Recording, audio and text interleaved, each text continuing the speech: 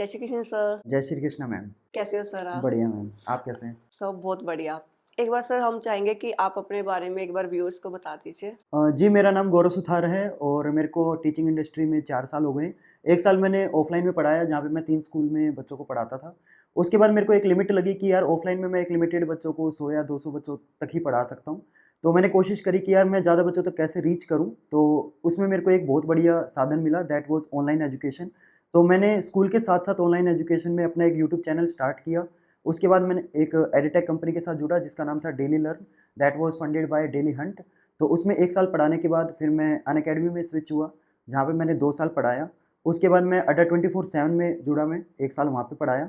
फिर मेरे को कुछ दिक्कतें आने लग गई, मतलब जब आप किसी कंपनी में काम करते हो तो आपको काफ़ी लिमिटेशंस होती हैं कि आपको कोर्स वगैरह सेल करना है। तो फिर वो जो चीज़ें थी वो मेरे को ठीक नहीं लगी, तो मैंने सोचा यार खुद का करते हैं, जहाँ पे मैं बिना किसी कॉम्प्रोमाइज़ेशन के साथ बच्चों को मतलब कंप्लीटली फ्री में एजुकेशन प्रोवाइड कर सकता हूँ। तो फिर मैंने अपना ब्रांड लॉन्च किया टॉपर्स क्लैन, तो अभी हम वही उसी से बच्चों को टीच करते हैं, जहाँ पे अभी हम करीब 50,000 बच्चों को टीच करते हैं। तो सर स्टार्टिंग यहीं से करते हैं कि टीचिंग ही क्यों? आपने टीचिंग ही क्यों चूज़ किया? मोस्टली अगर आप किसी भी बच्चे से पूछोगे ना कि आपको बड़े होके क्या बनना है, तो कोई भी ये नहीं बोलेगा कि टीचर बनना है। हाँ जी। हर कोई आजकल तो किसी भी बच्चे से पूछते हो तो कहता है यूट्यूबर बनना है मेरे हाँ को। जी। तो पहले ये होता था कि यार डॉक्टर बनना है, इंजीनियर बनना है। हाँ। तो मेरा भी हमेशा से ये था कि यार इंजीनियरिंग लाइन में जाना है, कंप्यूटर मतलब मेरे को कंप्यूटर साइंस लेनी थी इन फ्यूचर। लेकिन कोरोना टाइम में क्या हुआ, हमारी फाइनेंशियल कंडीशन काफ़ी वीक हुई। तो मैंने सोचा यार अब मैं मतलब क्या कर सकता हूँ अपनी फैमिली को हेल्प करने के लिए। तो क्या मेरे में इतना मतलब इतने साल मेरे घर वालों ने पढ़ा लिखा के बड़ा कर दिया, तो क्या मेरे में इतना टैलेंट भी नहीं है कि मैं अपने घर को मतलब इस पोजीशन पे हेल्प कर पाऊँ। तो फिर मैंने क्या किया कि पेपर उठाया, पेन उठाया और मैंने सोचा कि यार मेरे में ऐसा क्या टैलेंट है? तो एक ही टैलेंट लिखा गया दैट कि मैं क्लास 10th का टॉपर हूँ। तो हुँ। मैंने कहा यार इस चीज़ को हम कैसे यूज़ कर सकते हैं? तो वहाँ से फिर मेरी पहले मैंने ट्यूशन्स वगैरह पढ़ाने स्टार्ट करे, उसके बाद मैं स्कूल्स वगैरह जॉइन करे, फिर मेरी जो ऑनलाइन जर्नी है वो वहाँ से स्टार्ट हुई। तो शुरू मैंने मजबूरी में किया था, लेकिन धीरे-धीरे वो मेरी हॉबी बनती चली गई। और सर तो एक्सपीरियंस आपका काफ़ी साल हो गए आपको इस टीचिंग जॉब में, तो कैसा आपका एक्सपीरियंस रहा है? काफ़ी अच्छा एक्सपीरियंस रहा मैम। पहले मतलब ऑफ़लाइन में भी बच्चे मेरे को काफ़ी पसंद करते थे। लेकिन जब आप ऑनलाइन में आते हो ना, पहले क्या था कि मजबूरी में स्टार्ट किया था तो सिर्फ़ माइंड में ये रहता था कि यार यूट्यूब से पैसे कमाने हैं। लेकिन फिर जब मेरी पहली वीडियो वायरल हुई तो बहुत सारे बच्चों के कमेंट आने लगे कि आप मतलब बहुत अच्छा पढ़ाते हो। तो जब एप्रिसिएशन मिलता है ना आदमी को अंदर से और मोटिवेशन आता है। तो मैंने फिर बच्चों के हिसाब से चलता गया और वो कहते हैं ना अकेला चला था कारवां जुड़ता चला गया। वो वाली बात हुई। तो रिस्पॉन्सिबिलिटी क्या देखते हो आपकी? एक एक रिस्पॉन्सिबिलिटी होती है ना टीचर की कि हाँ। रिस्पॉन्सिबिलिटी बहुत बड़े लेवल की है। क्योंकि देखो आप मतलब बाकी किसी प्रोफ़ेशन में आप ज़्यादा से ज़्यादा क्या कर सकते हो? मतलब आपने चप्पल बनाई, कस्टमर का क्या नुकसान हो सकता है कि भई उसका एक एक्सपीरियंस खराब होगा। लेकिन यहाँ पे हमारी जो एक एडवाइस है ना, उससे बच्चे की जो लाइफ़ है वो तक बर्बाद हो सकती है। क्योंकि बच्चा सिर्फ़ हमें टीचर नहीं, मेरे को एज़ ए भाई भी कंसिडर करता है, जहाँ पे हुँ। बच्चा हमें जो अपनी उसकी पर्सनल प्रॉब्लम्स है वो भी तक शेयर करता है। तो हमें सिर्फ़ किताबों का ज्ञान नहीं देना, उसको दुनियादारी का, सोशल स्किल्स उसकी डेवलप करनी है। तो बहुत सारी चीज़ें हमें समझानी पड़ती है। तो डेफ़िनेटली एक रिस्पॉन्सिबिलिटी तो रहती है हमारे ऊपर। वो बोलते हैं ना एक सीरियल था क्योंकि सास भी कभी बहू होती सही बात है है। क्योंकि टीचर भी ये कभी ना कभी कभी स्टूडेंट था। स्टूडेंट था। तो बिल्कुल। क्या-क्या चेंजेस आप देखते हो मेथड्स में, आइडियाज़ में तब के और अब के? देखो, स्टूडेंट्स में कोई चेंज नहीं है। हाँ जी। मतलब जैसे हम थे वैसे ही स्टूडेंट हमें मिलते हैं। हाँ वो जी। कहते हैं ना लाइफ़ एक सर्कल है, कभी हमने सोचा नहीं था हम टीचर बनेंगे, हम बोर्ड के उस तरफ खड़े होंगे, हम तो बैक बेंचर ही रहते थे। तो टीचर मुड़ता था ब्लैक बोर्ड की तरफ तो हम पीछे से हरकतें कर रहे हैं।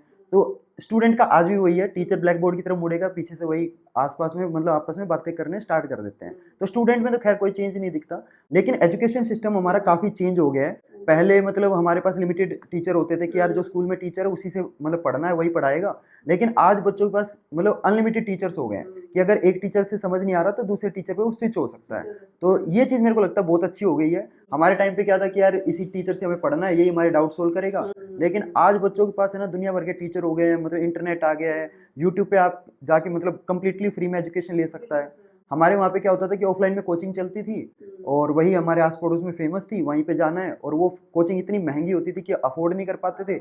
लेकिन आजकल एजुकेशन सस्ती भी हो गई है। अगर कोई लड़की है जो पटना से है, हाँ। अब उसके पेरेंट्स की फाइनेंशियल कंडीशन इतनी बेटर नहीं है हाँ कि जी। उसको कोटा भेज सके। एक बिल्कुल। लड़की वाला फैक्टर भी रहता है कि यार दूसरे शहर में भेजना हाँ, सेफ है कि नहीं बिल्कुल है। जी। लेकिन आज वही लड़की घर पे बैठ के जस्ट अपना फ़ोन यूज़ हुँ। करके जो कोटा की बेस्ट टीचर है उससे पढ़ाई कर सकती है। हम्म तो एजुकेशन सिस्टम सच में मतलब पॉजिटिव तरीके से काफी हम्म चेंज हुआ है। एक इसमें ऐसा भी पहले हुआ करता था कि जो बच्चे ट्यूशंस लेते थे तो वो स्कूल के टीचर्स पे ही जाते थे। हाँ। और उसमें भी कहीं ना कहीं अब टीचर पे डिपेंड करता है कि टीचर किस तरह का है। अगर अच्छा टीचर है तो वो अच्छी तरह से गाइड करेगा, लेकिन अगर कुछ ऐसे टीचर्स भी हुआ करते थे जो हमारे पास बच्चे ज्यादा आए हाँ। तो पेपर का थोड़ा गड़बड़ी करते थे। ये तो मैम होता ही था पहले, लेकिन अभी काफी चीजें इसमें हो गई है, ठीक। हाँ जी। बदलाव हुआ है। और अब तो मतलब जो कोचिंग्स वगैरह हैं ऑफलाइन में, देखो ऑनलाइन की वजह से ना बहुत अच्छे चेंजेस आए हैं और जो ऑफलाइन के टीचर्स थे वो भी इम्प्रूव होने स्टार्ट हो गए।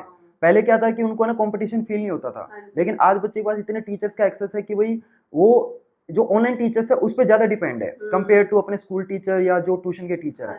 तो ये बहुत अच्छी चीज हुई है। तो कोई आपकी एक ऐसी मेमोरी, स्कूल मेमोरी या कोई ऐसी टीचर के साथ जो आपको कभी ना कभी जब आती है याद तो स्माइल आ जाती है? हाँ जी। ऐसे तो देखो बहुत सारी मेमोरीज है। जो मेरे फिजिक्स के टीचर थे मैं उनसे मिला भी था अभी लास्ट ईयर, मिलके भी आया था। तो वो मेरे को एपी सेंटर बोलते थे हर चीज का कि मतलब क्लास में कहीं पे भी कोई प्रॉब्लम होगी ये बंदा उस प्रॉब्लम से जरूर मतलब कहीं ना कहीं जुड़ा होगा। तो सबसे पहले मेरे से पूछा जाता था कि तूने क्या हरकत करी है। और एक मेरे फेवरेट सर थे अशोक सर, अभी वो सीआरपीएफ में है। वो मेरे को 9th 10th में मैथ्स पढ़ाते थे और आज मैं 9th 10th में मैथ्स पढ़ाता हूँ। तो अब उनसे बात होती है तो काफी अच्छे नोट पे बात होती है, कहते हैं कि देख ले तू भी टीचर बन गया। सबसे पहले तो स्टडी टेक्निक्स जानना चाहेंगे। स्मार्ट स्टडी टेक्निक्स क्या क्या होती हैं? देखो अभी जैसे 10th का सिलेबस है आजकल, जैसे अगर आप देखोगे 10th का जो पेपर है ना उसको इतना ओवर हाइप कर दिया गया कि भाई यूपीएससी का पेपर है। हाँ जी। बट एक्चुअली में 10th is very very easy. बच्चा ना बहुत ज्यादा स्ट्रेस ले लेता है कि यार 10th में मेरे अच्छे नंबर नहीं आए तो मेरा लाइफ में कुछ नहीं होगा। बट ऐसा नहीं है। 10th अगर आप मतलब डिसिप्लिन के साथ और डेली सिर्फ आपको ना मतलब 1 या 1.5 घंटा सेल्फ स्टडी अगर आप सेशन के स्टार्टिंग से करते हो तो आप बड़े प्यार से 10th में अच्छे नंबर ले सकते हो। दिक्कत कहाँ आती है, बच्चे ना 12 महीने में से 10 महीने तो मौज मस्ती करते हैं, फिर लास्ट के 2 महीने में आप अगर 12 महीने वाली चीज करोगे तो आपसे हैंडल नहीं होगी।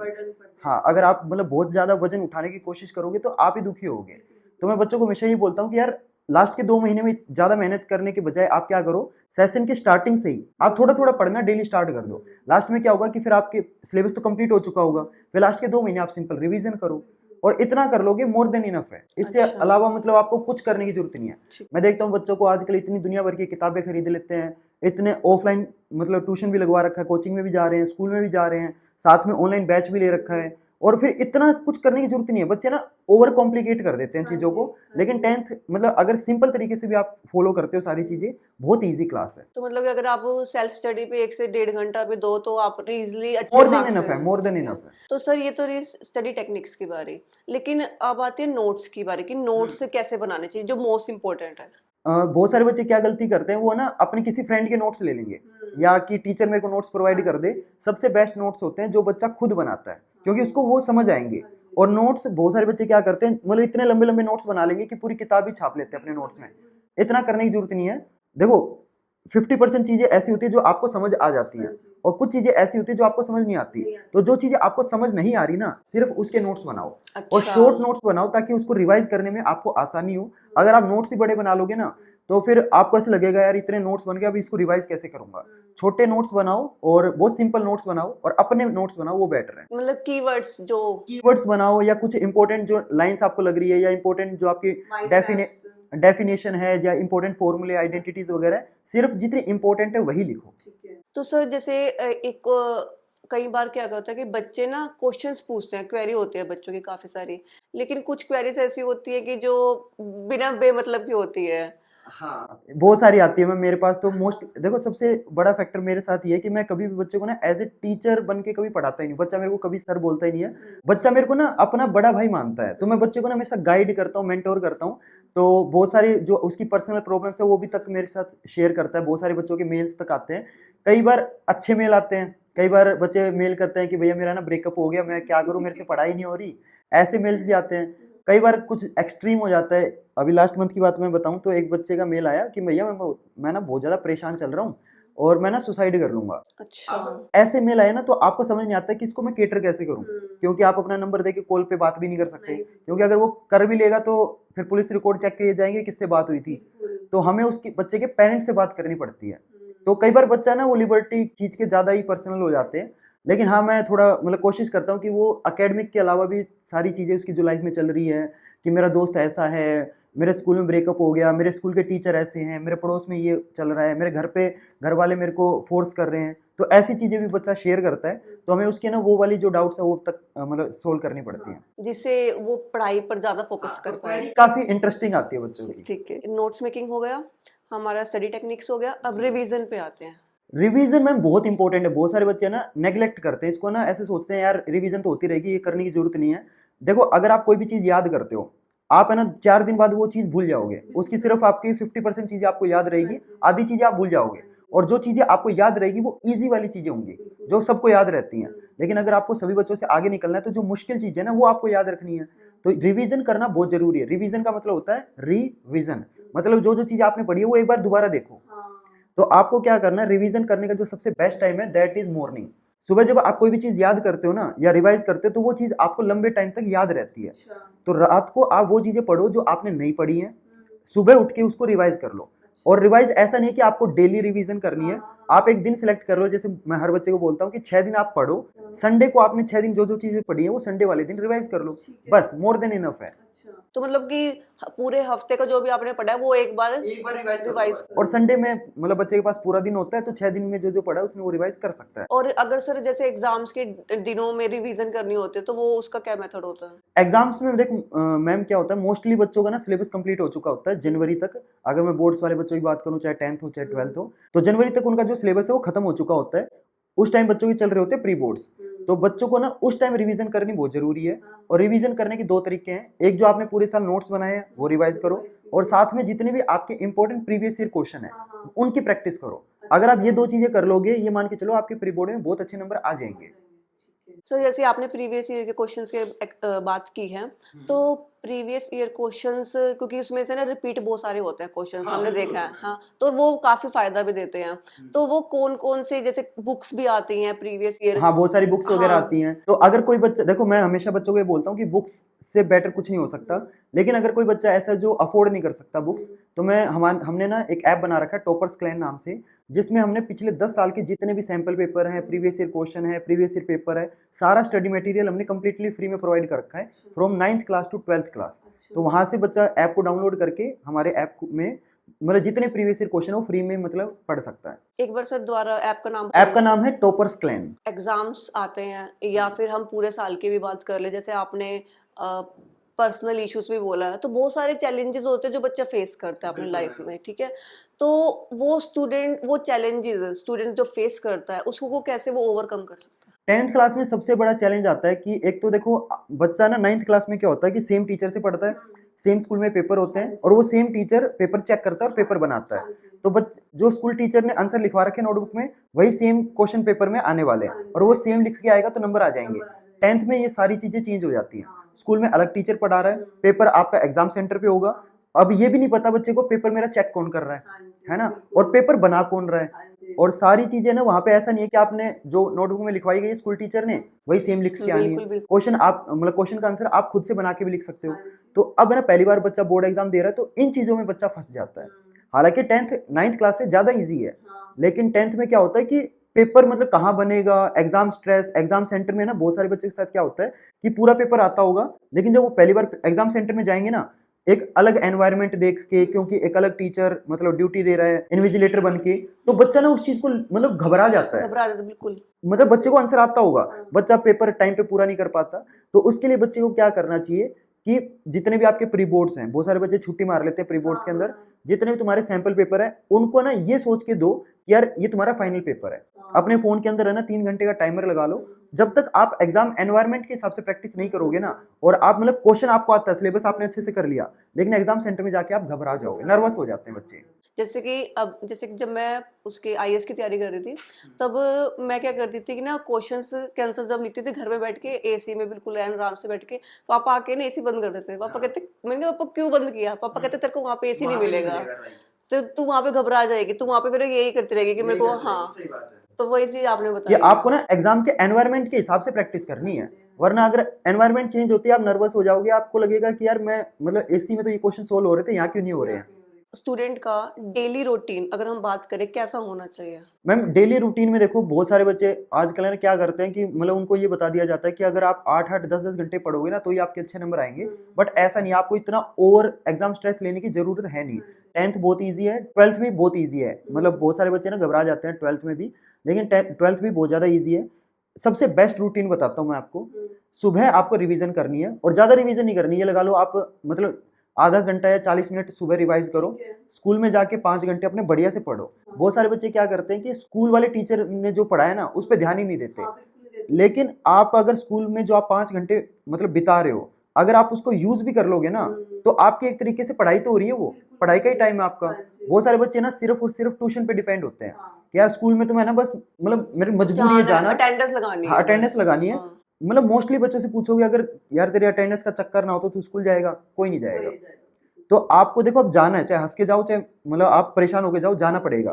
तो आप जो 5 घंटे स्कूल में बिता रहे हो, जो आपके स्कूल टीचर आपको पढ़ा रहे हैं, तो क्लास के अंदर ध्यान दे दो, बस उतना क्लास में ध्यान दो। और अगर आप स्कूल में जितनी भी टीचर ने चीजें पढ़ाई है उसकी अगर आप 50% चीजें भी याद रखते हो ना, वो मोर देन इनफ है, मोर देन इनफ है। घर से मतलब स्कूल से आते ही जब आप घर पे आओगे तो आते ही पढ़ने नहीं लग जाना।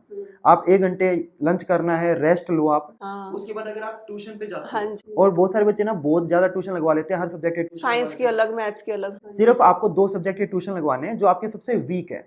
बहुत सारे बच्चों के ना जैसे मतलब मैथ इतना वीक होता नहीं है, पेरेंट्स के कहने पे ना मैथ का ट्यूशन लगवा लेते हैं। अगर आपको अंदर से नहीं लग रहा ना कि यार मेरे को ट्यूशन की जरूरत है तो आप मत लगवाओ। उसके बाद ट्यूशन लगवाया, फिर आप डिनर वगैरह करो, शाम में खेलने जरूर जाओ। बहुत सारे बच्चे ना शाम का जो टाइम है ना उसमें भी पढ़ाई करते हैं। अगर आप सिर्फ पूरी लाइफ अगर पढ़ाई के अराउंड ही बना लोगे ना तो आपको लगेगा कि यार मैं तो ना टॉर्चर हो रहा हूँ, पढ़ाई में आपका मन नहीं लगेगा। माइंड भी फ्रेश नहीं हो पाता। हाँ, माइंड फ्रेश करना बहुत ज्यादा जरूरी है। तो शाम में आप है ना 1 घंटा या मतलब जितना भी आपको टाइम मिले अपने हिसाब से देख लेना, आपको बाहर घूमने जाना है। चाहे आप वॉकिंग करो, चाहे पार्क में जाओ, चाहे अपने दोस्तों के साथ खेलो। आजकल बहुत सारे बच्चे ना खेलने को मिसअंडरस्टूड कर लेते हैं कि पबजी खेलना। आजकल तो सोशल मीडिया का जमाना है, पबजी खेलने में यार पबजी खेलना और मतलब रियल लाइफ में खेलने में बहुत फर्क है। तो मैं हमेशा बच्चे को बोलता हूँ कि जो स्पोर्ट्स वगैरह है ना वो देखने की चीज नहीं है, वो खेलने की चीज है। देखने से आपका सिर्फ टाइम वेस्ट होता है। जब आप खेलोगे तो आपकी मेंटल हेल्थ हो गई, आपकी फिजिकल हेल्थ हो गई, सोशल स्किल्स हो गई, आपकी कम्पिटिटिवनेस हो गई, जो टीम स्पिरिट है, ये सारी चीजें आपकी इंप्रूव होती है। फिर रात में जब आप डिनर वगैरह करके फिर आपको 2 घंटे की सेल्फ स्टडी करनी है बस। अगर आप और जो रात में आपने 2 घंटे में पढ़ा है या जो आपने स्कूल में पढ़ा है वो सुबह उठ के 30-40 मिनट रिवाइज कर लो। जिससे क्या होगा कि आप जब स्कूल में जाओगे ना तो आपको सारी चीजें याद रहेंगी। जो अगर टीचर कंटिन्यू में भी पढ़ा भी रहा है तो आपको पिछला याद रहेगा कि हाँ। रहेगा और उससे आपका जो कॉन्फिडेंस है वो और भी बूस्टअप होगा। तो सर जैसे कि ना ये एआई का जमाना है, ठीक है, हर कोई एआई पे ही डिपेंड हो रहा है, तो स्टूडेंट कैसे एआई का फायदा ले सकते हैं? देखो स्टूडेंट कैसे ले सकता है, बहुत सारे ना ऐसे कंसेप्ट होते हैं जो उसके ना स्कूल टीचर से उसको समझ नहीं आते।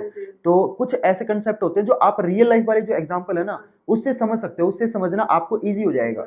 तो जितनी भी आपकी केमिकल रिएक्शंस हैं या जितने भी आपके एक्सपेरिमेंट वाली चीजें हैं साइंस के अंदर वो आप एआई से पूछ सकते हो। हाँ। जितने भी आपके डाउट्स आते हैं, हाँ बहुत जी। सारे डाउट्स आते हैं, वो आप एआई से पूछ सकते हो। आप एआई का सबसे बेस्ट यूज कैसे करो, जैसे आपको प्रीवियस ईयर क्वेश्चन चाहिए तो आप है ना लिख दो कि भाई इस फॉर्मूले के पिछले 10 साल के जितने प्रीवियस ईयर क्वेश्चन है वो मेरे को दे दे। वो आपको दे देगा, आप प्रैक्टिस करो। अगर आपको किसी भी क्वेश्चन में डाउट आती है वो उसका सॉल्यूशन भी दे देगा एआई। तो जितने भी आपके इंपॉर्टेंट क्वेश्चन है, अगर आपको लगता है कि यार इस चैप्टर के सारे इजी क्वेश्चन मेरे को अच्छे से आते हैं, अब एआई से उसी चैप्टर के जो मुश्किल क्वेश्चन है वो पूछ लो, वो आपको मुश्किल क्वेश्चन दे देगा। तो ऐसे यूज करो आप। जैसे आपने बोला कि ना पूरे साल पढ़ना चाहिए, ठीक है, तो लेकिन पर वो कुछ, नहीं पाता। हाँ, लेकिन कुछ बच्चे होते हैं जो सिर्फ लास्ट के दिनों में ही पढ़ते हैं, दोस्त के से असाइनमेंट ले ली, वो फोटो सेट करवा ली, सब कुछ, हाँ कि ठीक भाई है तू ना, मेरे को अपने ना नोट्स पकड़ा नोट्स दे। दे दे, हाँ, फोटो सेट करवा करके बस वही, ठीक है, हम पास होने लायक है। लेकिन सर बेस्ट कौन सा सिस्टम रहता है, पूरे साल वाला या फिर लास्ट के दिनों में जो आपने पढ़ाई करनी है तो वो वाला? मैम देखो सबसे बेस्ट तो वही रहता है जो आप साल के सेशन के स्टार्टिंग से अगर आप टीचर के साथ चलोगे ना तो आपके ऊपर बर्डन कम पड़ेगा। लेकिन अगर आप थोड़ा थोड़ा अपने ऊपर भार डालते जाओगे तो वो इतना भार हो जाएगा कि आप संभाल नहीं पाओगे। तो सबसे बेस्ट तो ये रहता है कि आप सेशन के स्टार्टिंग से ही टीचर के साथ बिल्कुल कोऑर्डिनेट करके अपना टाइम टू टाइम अपना होमवर्क करो। जो टीचर आपको समझा रहा है डेली थोड़ा थोड़ा पढ़ते जाओ। लेकिन ऐसा हो नहीं पाता, तो इसलिए हम फिर लास्ट में 2 महीने जब बचते हैं, बच्चा बोलता है कि भैया मेरे को बता दो कुछ ऐसा, इतने क्वेश्चन दे दो कि मेरा काम चल जाए, मेरे ना 80% आ जाए, मेरे घर वाले 80% में खुश हैं। तो हम उस बच्चे को फिर जितने भी इंपॉर्टेंट क्वेश्चन है वो हम प्रोवाइड करते हैं कि तू इतना कर ले, तेरे अच्छे नंबर आ जाएंगे। मोस्ट इम्पोर्टेंट हाँ, क्वेश्चंस, मोस्ट ठीक है। इंपॉर्टेंट क्वेश्चन हम प्रोवाइड करते हैं चैप्टर वाइज। सर जैसे आपने ट्यूशन क्लासेस का बोला, ठीक है ना, बीच में, तो ट्यूशन क्लासेस का कोई ऑल्टरनेटिव भी है? ट्यूशन क्लासेस का अल्टरनेट है ऑनलाइन ट्यूशन क्लासेस, जिसमें बच्चा मतलब घर पे बैठ के पढ़ाई कर सकता है, क्योंकि आजकल जितनी भी ट्यूशन कोचिंग है वो इतनी महंगी हो गई है ना कि बच्चा अफोर्ड ही नहीं कर सकता। अगर आपको जेई या फिर नीट वगैरह की तैयारी करनी है तो बोला जाता है कि अगर आप कोटा नहीं जाओगे या किसी बड़े इंस्टीट्यूट में नहीं जाओगे तो आपका होगा ही नहीं। बट ऐसा ऐसा होता नहीं है, है। मैं ऐसे बहुत सारे बच्चों को जानता हूँ जो घर पे बैठ के सिर्फ और सिर्फ सेल्फ स्टडी करके बिना किसी ट्यूशन क्लासेस के उसने अच्छे नंबर लिए हैं। जेई भी क्लियर हो जाते हैं बहुत सारे बच्चों के जो अफोर्ड नहीं कर पाते।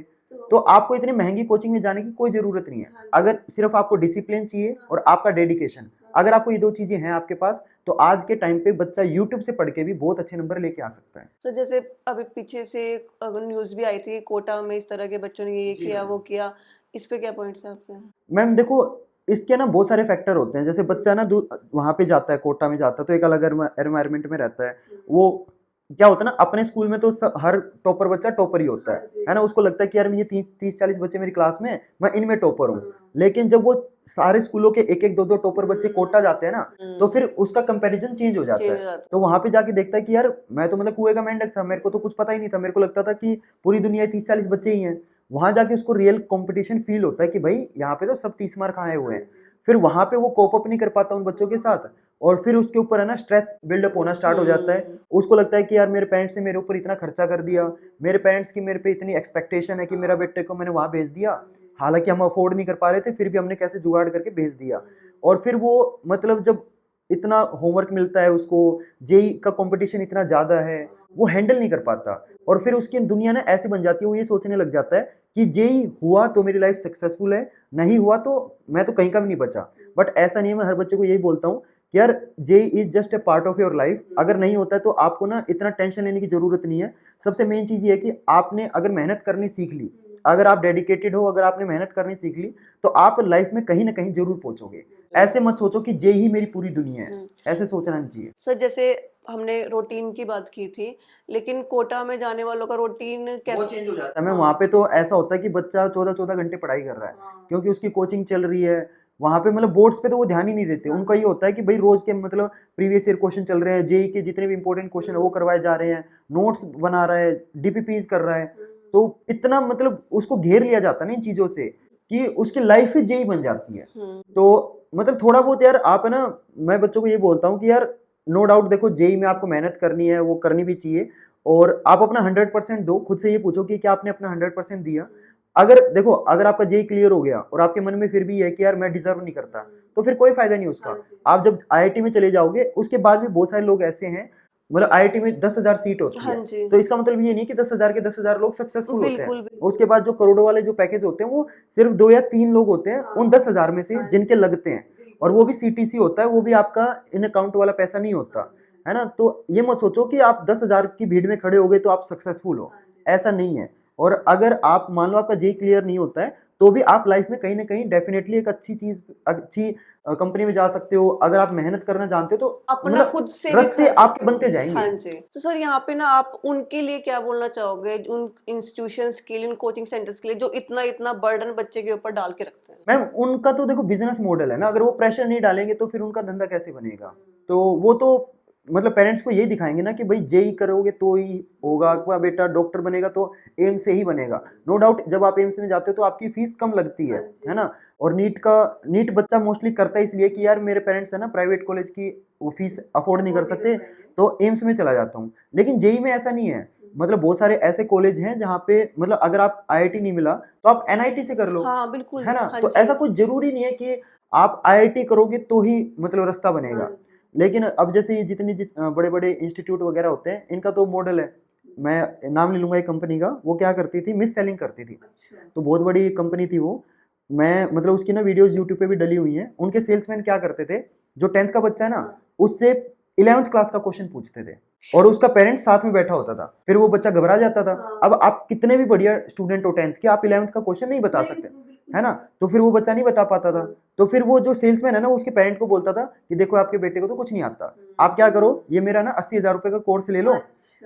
इससे क्या होगा कि इस लड़के को मतलब काफी चीजें आने लग जाएगी। वो ये दिखाते थे कि यार ये क्वेश्चन तो सभी बच्चों को आता है, आपका बेटा तो बहुत नालायक है। मतलब कि वो जरूर अपने प्रोडक्ट की नीड दिखा देते हैं कि इसको जरूरत है हाँ, हमारे वो प्रोडक्ट की। मिस सेलिंग है। और उस वीडियो में दिख रहा है कि वो जो मतलब जो बच्चा और पेरेंट्स बैठे हैं, उनका जो छत है ना वो कच्ची है, वो अफोर्ड नहीं कर सकते 80,000 रुपए का मतलब कोर्स। लेकिन फिर भी वो जो पेरेंट है वो सोचता है कि यार मैं अपने बच्चे के लिए कुछ भी कर दूं। वो अपने बच्चों पे ना पेरेंट्स बहुत ज्यादा एजुकेशन में इन्वेस्ट करते हैं, क्योंकि उन्होंने अपने मतलब लाइफस्टाइल में अपने जब वो मतलब खुद स्टूडेंट थे तो उन्होंने एजुकेशन की नीड देखी थी। उनको पता है कि यार हम अफोर्ड नहीं कर पाए, हम अच्छे से पढ़ नहीं पाए, इस वजह से हम अपने बच्चों को मतलब अच्छी लाइफ नहीं दे सकते। लेकिन हमारा बेटा ऐसा जो हमारे साथ हुआ हमारे बच्चे के साथ ना हो। एक बेस्ट टाइम बोलो या बेस्ट एज बोलो, कौन सी होती है जब आपको कॉम्पिटिटिव एग्जाम्स के लिए स्टडी करना स्टार्ट कर देना चाहिए? जैसे स्कूल की बात करें तो मोस्टली बच्चे जेई नीट की तैयारी करते हैं, है ना, साइंस वाले।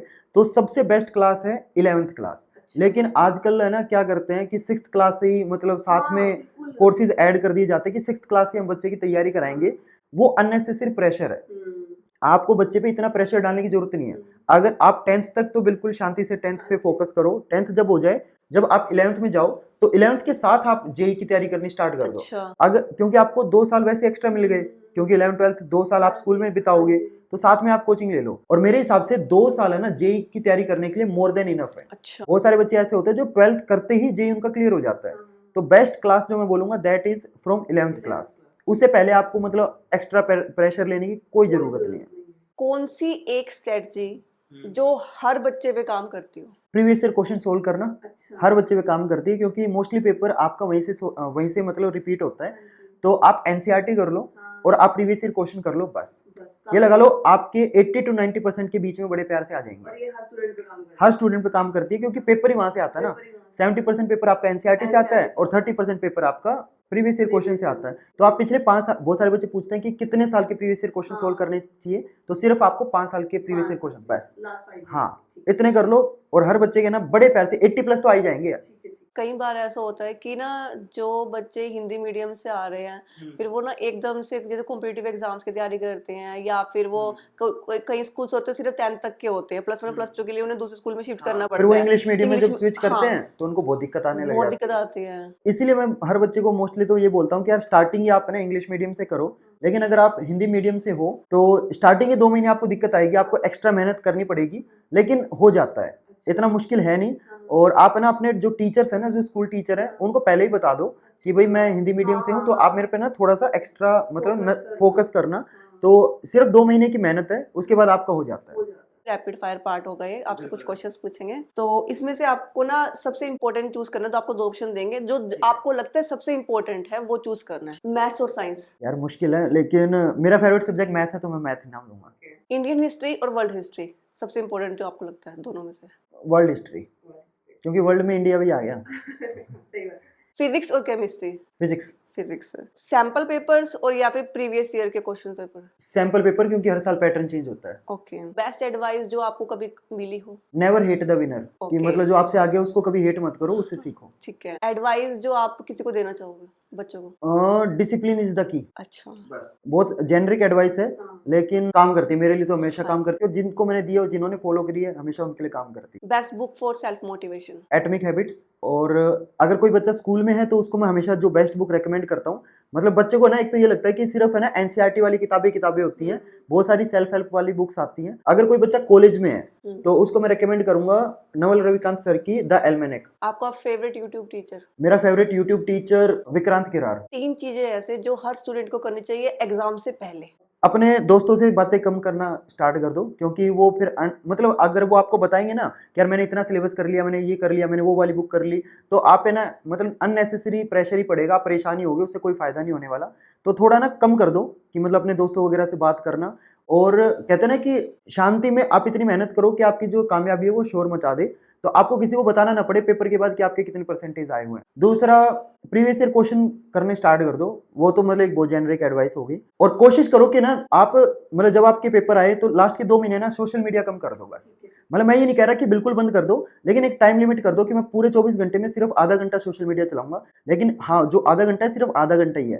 कई बार है ना हम रील स्क्रॉल करते हैं ना तो पता नहीं चलता वो आधा घंटा कब 2 घंटे बन जाते हैं। तो सर जब एग्जाम्स होते हैं तो टीचर के ऊपर भी प्रेशर पड़ता है। बिल्कुल मैम, मेरे पेरेंट्स मेरे को बोलते हैं जब भी बच्चों के पेपर चलते हैं ना, कहते हैं बच्चों के पेपर नहीं चल रहे, तेरे पेपर चल रहे हैं। तो सर जब एग्जाम्स चलते हैं वो कौन सी 3 चीजें हैं जो आप करते ही करते हो सर? देखो एज ए टीचर तो हमें मतलब बच्चों की क्लासेस बहुत लेनी पड़ती है, हमारे मल्टीपल बैचेज चल रहे होते हैं। तो बच्चे की है ना सारी प्रॉब्लम, सारी मतलब उसकी जितनी भी क्लासेस है, जितना उसका बैकलॉग है, जो उसके चैप्टर बच गए वो भी हमें पूरे कराने पड़ते हैं। और साथ में जो बच्चे इंटेलिजेंट है, क्योंकि एज ए टीचर है ना हमें जो मतलब जिन बच्चों का पूरा सिलेबस पेंडिंग है उनको भी साथ लेके चलना है, और जो बच्चे इंटेलिजेंट है वो बोलते हैं कि भैया मुश्किल क्वेश्चन कराओ। तो वो एक बैलेंस बनाना पड़ता है हमें। तो तीनों टाइप के बच्चे को मतलब जो मतलब बिल्कुल जिसने कुछ नहीं पढ़ा, जो एवरेज बच्चा है और जो इंटेलिजेंट बच्चा है, तीनों को ना साथ लेके चलना होता है। तो ये हम थोड़ा कोशिश करते हैं कि तीनों टाइप के बच्चों पे हम मतलब इक्वल फोकस करें। एक अच्छा टीचर कैसा होता है? अच्छा टीचर वो होता है जो सिर्फ किताबी ज्ञान ना दे, बल्कि बच्चे को सोशल स्किल्स जो हैं वो भी सिखाए। मैं बच्चे को हमेशा ये बोलता हूँ कि यार अपनी जो हॉबीज है ना उन पे भी फोकस करना चाहिए। बच्चा क्या करता है, सिर्फ है ना स्कूल ये सोचता है कि स्कूल है ना आपको सिर्फ किताबी ज्ञान देता है, हाँ। लेकिन स्कूल में जाके जितने भी आपकी को करिकुलर एक्टिविटी होती है, कभी भी आपको स्कूल में कोई भी कंपटीशन हो, डिबेट कंपटीशन हो, या आपका स्कूल डांस कंपटीशन है या स्पोर्ट्स वगैरह है, तो प्लीज आप उसके अंदर पार्टिसिपेट जरूर करो, है ना, जब भी आपको मौका मिले। क्योंकि जब आप स्कूल लाइफ से बाहर चले जाओगे ना तो आपको रिग्रेट होगा कि यार काश मैं मतलब ये वाली चीजें ना मैंने मिस कर दी अपनी। तो किताबों पे तो फोकस करना ही करना है, लेकिन जितनी भी एक्स्ट्रा चीजें होती है ना, अपनी एक हॉबी जरूर बनाओ। और मैं हर बच्चे को ये बोलता हूँ कि यार साथ में ना एक स्किल पकड़ लो, ठीक है, जो आपको कॉलेज लाइफ में आपको हेल्प करे। जैसे हमारी टीम में ना बहुत सारे, हमने मतलब एक बच्चा ऐसा है जो 12th क्लास में है, वो हमारी एडिटिंग करता है वीडियोस की। तो सोच के देखो वो भी 12th में, और बहुत सारे बच्चे होंगे जो इस वीडियो को देख रहे होंगे वो भी 12th में होंगे। वो 12th में होके उसने एक वीडियो एडिटिंग वाली स्किल सीखी और उससे वो अर्न कर रहा है और वो अपनी फैमिली को हेल्प कर पा रहा है। तो मतलब कि सबसे बेस्ट टीचर वही है जो आपको हर फील्ड में बेटर बनाए। हाँ। और अभी क्या होता है ना ऑफलाइन टीचर्स के साथ क्या होता है कि मतलब बच्चा है ना मतलब डरता है ऑफलाइन टीचर से। वो मतलब डाउट, उसको डाउट आ गया ना वो पूछने में भी डरता है कि यार कहीं ना टीचर मेरे को डांट ना दे।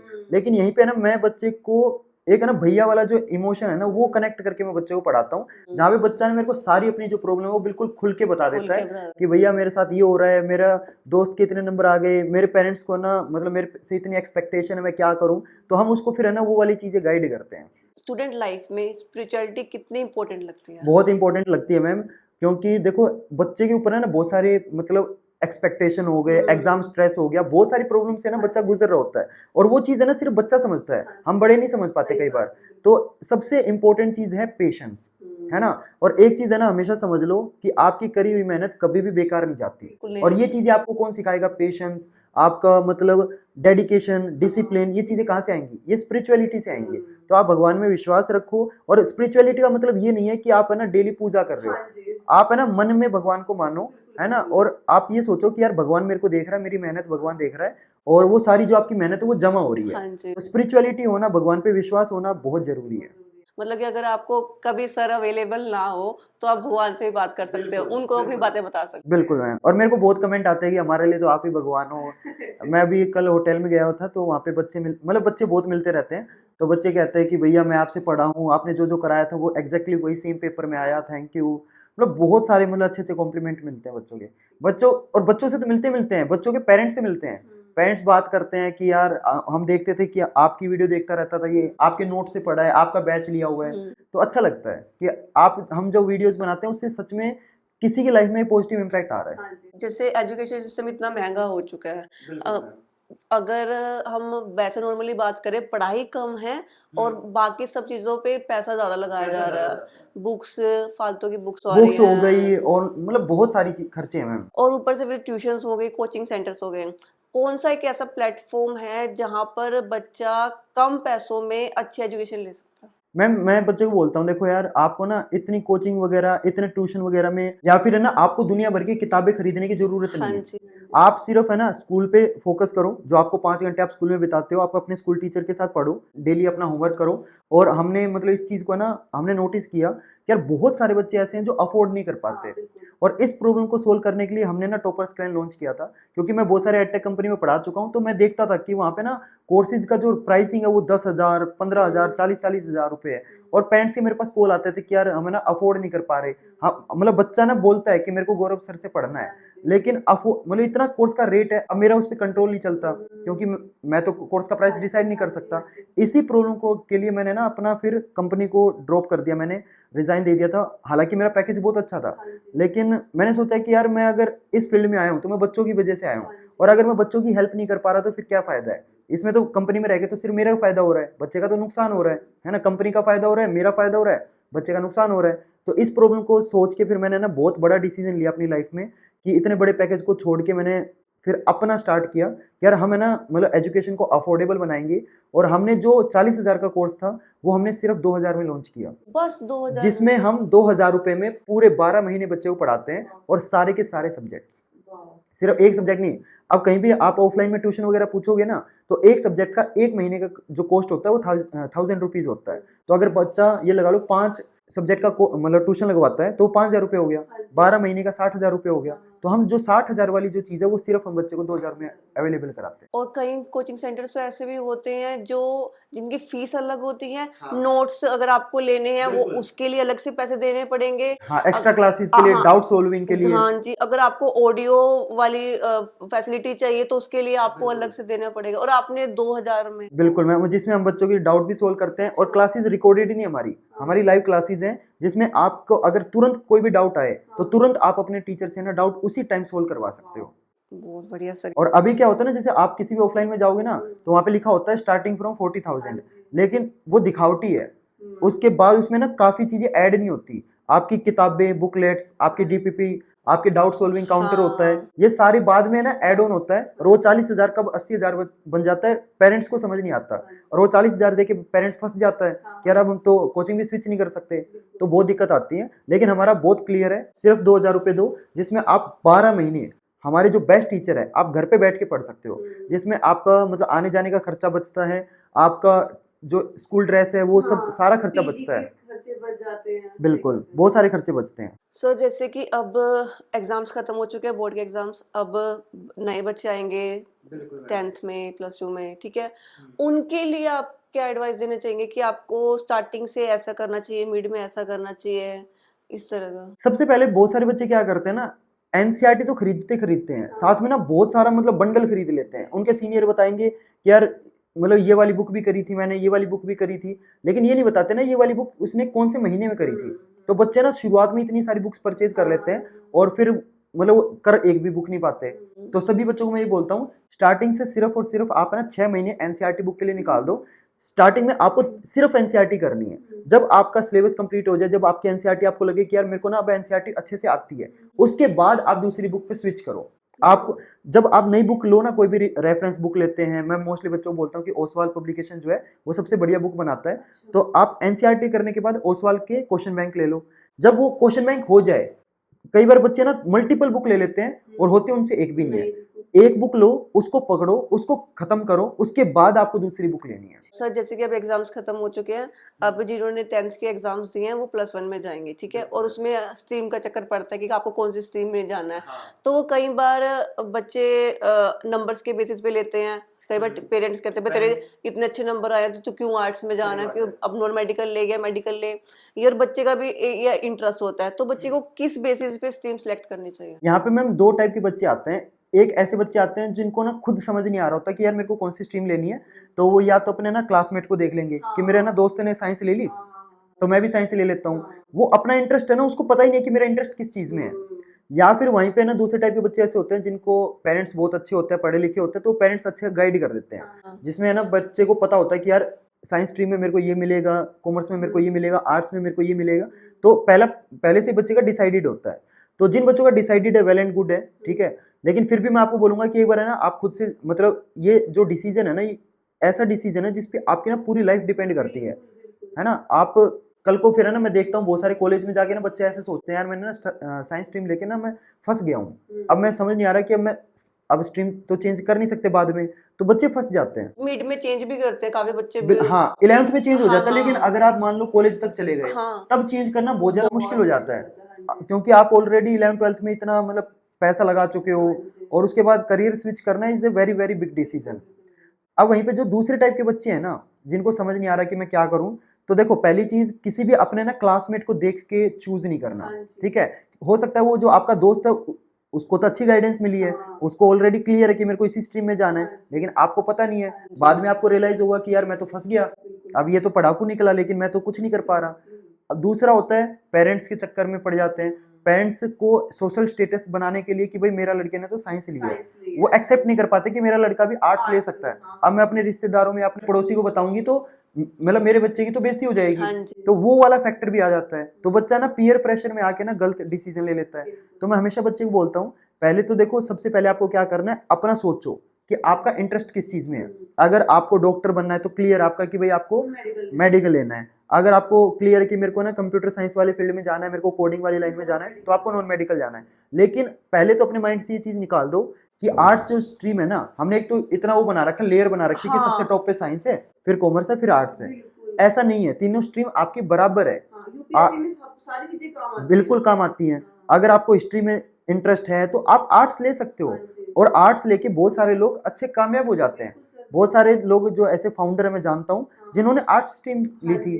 तो ऐसा कोई जरूरी नहीं है कि आप आर्ट्स लोगे तो आप कहीं नहीं पहुंच पाओगे, ऐसा कुछ नहीं है। तो सबसे पहली चीज आप अपने इंटरेस्ट के बेसिस पे डिसीजन लो। लेकिन अगर आपको समझ नहीं आ रहा कि यार मेरे तो इंटरेस्ट ही नहीं है, मैंने तो कभी डायरेक्शन में सोचा नहीं, तो आप क्या करो, आप अपने जो स्कूल टीचर है ना उनसे बात करो, या फिर आपके जो सीनियर है उनसे गाइडेंस लो, आप अपने पेरेंट्स से बात करो, तो वहां से फिर आपको समझ में आएगा। लेकिन अगर आप इन तीनों से बात करके भी कंफ्यूज हो तो आप क्या कर सकते हो, आप यूट्यूब पे जाओ, तीनों स्ट्रीम के ना एक एक चैप्टर पढ़ो, ठीक है। वहां से आपको समझ में आ जाएगा कि आपको आर्ट्स के चैप्टर इजी लग रहे हैं, कॉमर्स का समझ में आ रहा है या साइंस का समझ में आ रहा है। तो एक एक चैप्टर करना है, वहां से आपको ना पूरी क्लैरिटी मिल जाएगी, और जहां पे आपको समझ में आए उसके बाद आप फिर उस चीज को कंटिन्यू करो। जैसे कि आपने बताया ना कि टीचर से आप कंसल्ट कर सकते हो। मुझे याद है जब क्योंकि मैंने ना इंटीग्रेटेड बीटेक की थी 10th के बाद जो होती है, और मैं उस वक्त बड़ी डरी थी। मैंने मम्मी को बड़ा मना किया था कि मुझे नहीं करनी है, मुझे नहीं करनी है, मुझे +1 +2 में डाल दीजिए, मुझे कॉमर्स या आर्ट्स में डाल दीजिए, मेडिकल मेरे बस की बात नहीं है, साइंस वगैरह। तो मम्मी ने बोला कि ठीक है, मैं उन सर से बात करती हूँ जिससे तूने ट्यूशन पढ़ी, क्योंकि उनसे से मैं स्कूल में भी पढ़ती थी। साइंस मैथ्स मुझे उन्होंने पढ़ाया है। तो मैंने कहा ठीक है। कहते अगर सर ने बोल दी फिर करेगी? मैंने कहा हाँ फिर करूँगी। तो मम्मी ने सर को फोन मिलाया उनके घर पे, सर ने उठाया, सर ने कहा कि ना देखो इसका इंटरेस्ट तो है नहीं है, लेकिन मुझे पता है लड़की करने वाली है, अगर एक बार कर लेती है तो ठान लेगी करना है तो कर लेगी, आप इसको डाल दो, मेरे कहने पे डाल दो, ये कर लेगी। मैंने आराम से अच्छे से बीटेक कर ली बिना किसी दिक्कत के। तो ये आपने बिल्कुल सही बोला कि अगर आपको डाउट है तो आप अपने टीचर से पूछो, क्योंकि टीचर को पता है, पूरे साल उसने पढ़ाया है, वो आप उसको पता है कि आप क्या कर सकते हैं क्या नहीं कर सकते। और टीचर का तो मतलब हर साल का है ना, इतने लाखों बच्चे मतलब उस टीचर के हाथ से गुजरे हैं, तो टीचर आपको बिल्कुल सही एडवाइस देगा। जो मतलब आपका क्लासमेट आपकी उम्र का होता है उसको नहीं पता होता ना, और आपके पेरेंट्स का भी कई बार क्या होता है ना, एज गैप बच्चे में इतना हो जाता है कि पेरेंट्स अपने हिसाब से मतलब 20 साल पहले के हिसाब से डिसीजन लेते हैं। तो जो टीचर है ना वो आपको सबसे परफेक्ट गाइडेंस देगा, क्योंकि मोबाइल हर किसी के पास रहता है, और छोटे छोटे बच्चों को भी मोबाइल दे रहे हैं टीचर्स, सॉरी पेरेंट्स। तो स्पेशली जो बोर्ड वाले बच्चे होते हैं, जिनके बोर्ड के एग्जाम्स होते हैं, उन बच्चों को मोबाइल से, सोशल मीडिया से कैसे दूर कर सकते हैं? एक तो मैम देखो आजकल है ना हर बच्चे के पास फोन है। मैं अभी पिछले हफ्ते की बात बताता हूँ, मैं मतलब ना बच्चे से एग्जाम रिएक्शन लेने गया, तो मैंने बच्चों से पूछा, तो मेरे को पता था ये बच्चा 10th में है, ठीक है। एक हफ्ते बाद वो बच्चा मेरे को एप्पल स्टोर में मिलता है, तो मैंने बोला तू यहाँ क्या करने आया? तो वो बोलता है कि मेरे को ना पेरेंट्स ने बोला है कि अगर तेरे 10th में ना 60% आ गए तो हम तेरे को आईफोन दिला देंगे। मैंने कहा भाई साहब हमारे घर वाले ऐसे क्यों नहीं थे। तो हमें तो कॉलेज में जाके मिला, और वो भी कीपैड वाला मिलता था। तो आजकल है ना हर बच्चे के पास आईफोन लेके घूम रहे हैं।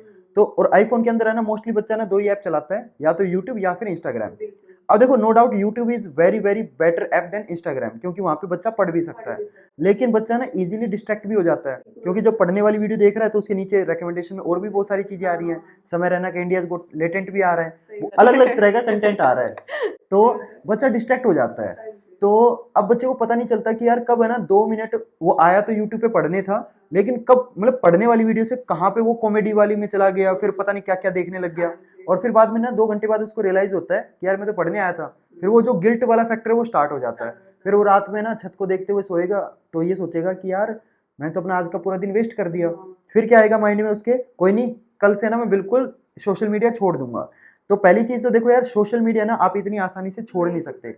और बहुत सारे बच्चे ना डिसाइड कर लेते हैं, कई बार क्या होता है ना, मोटिवेशनल वीडियो देख ली कि यार कल से तो मैं सोशल मीडिया बिल्कुल छोड़ दूंगा, और फिर है ना 2 दिन छोड़ोगे, तीसरे दिन वहीं पे आ जाओगे, क्योंकि जो चीज जितनी ज्यादा दबाई जाएगी ना वो इतनी ही मतलब फट के उभर बाहर के निकलती है। आती है। हाँ जी, हाँ तो जी। आप पहले तो सोशल मीडिया आपको कैसे छोड़ना है, आप है ना एकदम से मत छोड़ो। अगर आपको पता है कि यार मैं डेली ना बहुत सारे बच्चों का मैं स्क्रीन टाइम वाली चीजें देखता हूँ, तो 4-4 घंटे तो इंस्टाग्राम में निकाल लेते हैं। तो पता चलता है कि यार 4 घंटे वो वेस्ट कर रहा है दिन के, और उसके बाद भी मेरे को पता है क्या बोलता है कि भैया मेरे को ना पढ़ने का टाइम नहीं मिलता। बताओ। सही बात है, तुम इतना टाइम वेस्ट करोगे सोशल हाँ, मीडिया तो पे। आप अगर 4 घंटे या जितने भी घंटे आप सोशल मीडिया चलाते हो, तो अगले दिन ये कोशिश करो कि 4 को 3.5 कर दूं, 3.5 को 3 कर दूं। और मैं ये नहीं बोल रहा कि 3.5 को 3 फिर 2.5 ऐसे करके बिल्कुल जीरो कर दो, क्योंकि देखो आपको मार्केट की भी नॉलेज होनी चाहिए कि दुनिया में चल क्या रहा है। कहीं आपको ये फील ना हो कि यार मैं तो बाकी लोगों से पीछे रह गया, क्लास में तो सोशल मीडिया वाली बातें होती हैं, तो आपको ऐसा ना लगे कि मैं तो आउट ऑफ द स्पेस हूँ, ये पता नहीं कौन सी दुनिया की बात कर रहे हैं। तो आप एक टाइम डिसाइड कर लो कि यार मैं दिन में ना सिर्फ आधे घंटे सोशल मीडिया चलाऊंगा, पूरे दिन मैं पढ़ूंगा। ठीक है, पूरे दिन मैं अपना सोशल मीडिया से दूर रहूंगा। रात को सोने से पहले आधे घंटे आप सोशल मीडिया चला के सो जाओ, बस। सबसे बेस्ट टाइम सोशल मीडिया चलाने का है रात को। बहुत सारे बच्चे क्या करते हैं, सुबह उठते सबसे पहले ना इंस्टाग्राम खोल लेते हैं। अब जब आप इंस्टाग्राम सुबह उठते ही खोल लोगे, तो आपका जो डोपामिन राइज है वो एकदम से इतना हो गया। उसके बाद जब आप पढ़ने बैठोगे ना, किताब आपको बोरिंग लगेगी, बोरिंग आपको लगेगी। मन ही नहीं करेगा। मन ही नहीं करेगा, अब सही बात है। बहुत सारे बच्चों को मैं बोलता हूँ कि यार तू है ना सिटिंग बना पढ़ने की, मतलब बैठ, पहले तो है ना सबसे पहले बैठने की कोशिश कर, कि सामने किताब खोल के बैठ जा चाहे तो। अब बच्चा बैठता है ना 15 मिनट में ना उसको मन ऐसा करता है कि मैं यहाँ से खड़ा हो जाऊं, मन ही नहीं लगता। क्योंकि एक तो अटेंशन स्पैन इतना कम हो गया है, उसको हर 5 सेकंड में उसको एंटरटेनमेंट चाहिए, उसको मतलब वो चाहिए कि मेरे को ना कोई नई चीज दिखाओ, कोई नई चीज उससे दिखाओ, ज्यादा बेटर दिखाओ। उसे हाँ बेटर दिखाओ। हाँ। तो अब एक पेज वो पढ़ नहीं पाता पूरा। तो अटेंशन स्पैन आपका सोशल मीडिया कम करता है, टाइम वेस्ट करता है। सोशल मीडिया का कोई फायदा नहीं है, और कोई भी फायदा है ना तो सिर्फ आधा घंटा चलाओगे ना डेली, मोर देन इनफ है। और रात को चलाओ बस। यहाँ पे हम अपना सेशन एंड करेंगे, लेकिन उससे पहले हम एडवाइस लेना चाहेंगे आपसे। पेरेंट्स के लिए और स्टूडेंट्स के लिए अलग अलग एडवाइस आप क्या देना चाहेंगे? सबसे पहले तो देखो मैं पेरेंट्स को बोलना चाहूंगा ये चीज, कि कभी भी आप है ना अपने बच्चे को किसी और के बच्चे से कंपेयर ना करो। कि यार शर्मा जी का बेटा देख ये कर रहा है। हो सकता है कि आपका बच्चा मतलब एकेडमिक में इतना अच्छा ना हो, लेकिन उसकी जो असली टैलेंट है वो अभी तक आपको दिखा ना हो। हर इंसान के अंदर कोई ना कोई टैलेंट होता है। तो आप है ना अपने बच्चे को मतलब एक्सप्लोर करो कि आपके बच्चे के इंटरेस्ट कहाँ पे हैं। आपका बच्चा, जब तक आप अपने बच्चे से बात नहीं करोगे ना, कई बार तो ना बच्चा अपने पेरेंट्स को भी खुल के वो चीजें नहीं बता पाता जो अपने फ्रेंड्स तक बता देता है। तो आप है ना थोड़ा सा अपना फ्रैंक रहो बच्चे के साथ, ताकि वो अपने ना जो प्रॉब्लम है वो आपके साथ शेयर कर पाए। और यार उसको ना कभी भी डिमोटिवेट मत करो कि यार तू तो नालायक है, तू तो कुछ नहीं कर पाएगा। हाँ, और ये चीज की वजह से बच्चा ना और परेशान हो जाता है, और डिमोटिवेट हो जाता है, डिमोरल उसका ना मतलब मोरल उसका बहुत ज्यादा डाउन हो जाता है कि यार मेरे तो पेरेंट्स ही मेरे सपोर्ट नहीं कर रहे।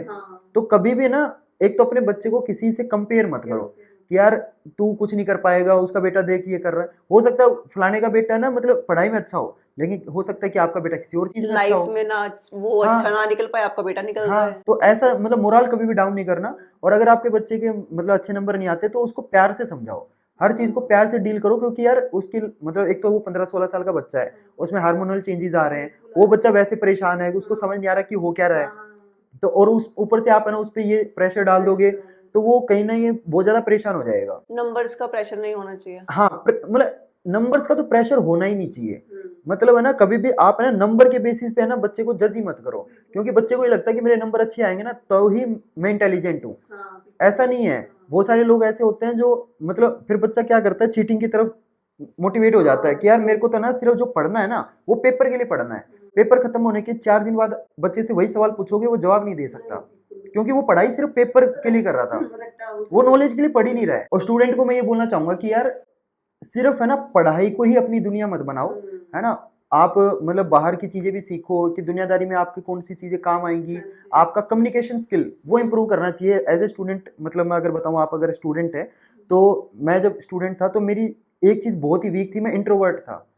बहुत सारे लोग है ना ये सोचते हैं कि इंट्रोवर्ट होना एक बहुत अच्छी चीज है, बट ऐसा नहीं है। जब आप बाहर जाओगे ना तो आपको पता चलेगा कि जिन लोगों की कम्युनिकेशन स्किल बहुत अच्छी है उनको लाइफ में बेटर अपॉर्चुनिटीज डेफिनेटली मिलती हैं। तो एज ए स्टूडेंट आप क्या कर सकते हो, आप अपनी कम्युनिकेशन स्किल इंप्रूव कर सकते हो। आपको जब भी स्टेज पे जाने का मौका मिले, प्लीज उसके अंदर पार्टिसिपेट करो। 4 दिन आपको डर लगेगा, आपके पैर कांपेंगे। मेरे को आज भी याद है, जब मैं पहली बार 3rd क्लास में था तो मैं स्टेज पे गया था, तो मेरे पैर कांप रहे थे। हमारे स्कूल में ना थोट बताई जाती है कि, तो मैं थोट चूज करता था क्योंकि वो सबसे छोटी रहती है, कि बस जाना है, गुड मॉर्निंग बोलना है, थोट बोलनी है, थैंक यू बोल के आ जाना है। हाँ, वो मोस्टली स्कूलों में होता है, आज भी होता है ये चीज। तो मैं मतलब मेरे पैर कांप रहे थे उस टाइम, लेकिन उस चीज की वजह से देखो आज मैं कितना कॉन्फिडेंटली बोल पा रहा हूँ। अगर मैं वही गौरव होता, मैं कभी स्टेज पे नहीं जाता, तो मैं इतना कॉन्फिडेंटली बोल नहीं पाता, है ना। तो आप अपनी कम्युनिकेशन स्किल जरूर इंप्रूव करें। तो सर हम इसी नोट पे आज का पॉडकास्ट खत्म करते बिल्कुल हैं मैम। और आपका दिल से हृदय से धन्यवाद करते आपका हैं। भी धन्यवाद मैम मेरे को बुलाने के लिए, और डेफिनेटली इस पॉडकास्ट से काफी बच्चों को मतलब बहुत ज्यादा हेल्प मिलेगी। जय श्री कृष्ण सर। जय श्री कृष्ण।